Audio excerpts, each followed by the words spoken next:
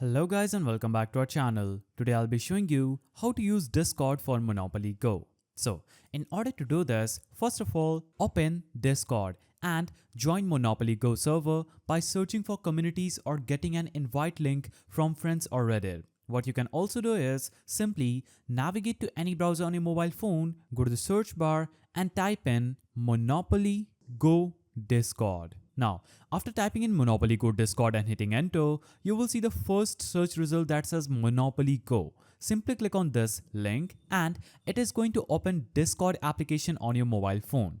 As you can see, I have this accept invite link. Now, click on accept invite and you would have successfully joined Monopoly Go server through this link. Now, you can use the server's channel to connect with other players, look for friend request channels. Now, you can click on next. Now, you'll have to choose what do you want to do in this community. So choose what you want to do and click on next. Now, select I agree and click on next.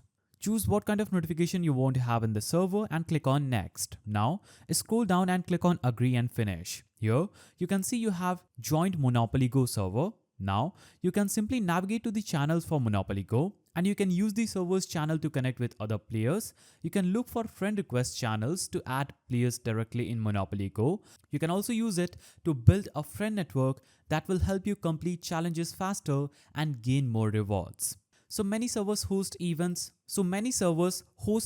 or help with trades. Check event channels to join server hosted tournaments or swap valuable card with others. If you've got questions about the game, you can ask in tips or strategy channel, and most communities have experienced players ready to help you make the most out of your gameplay. So you can see and scroll among all of these channels on Monopoly Go's Discord community, and that's how you do it. If you found this video helpful, please don't forget to give it a thumbs up and thanks for watching.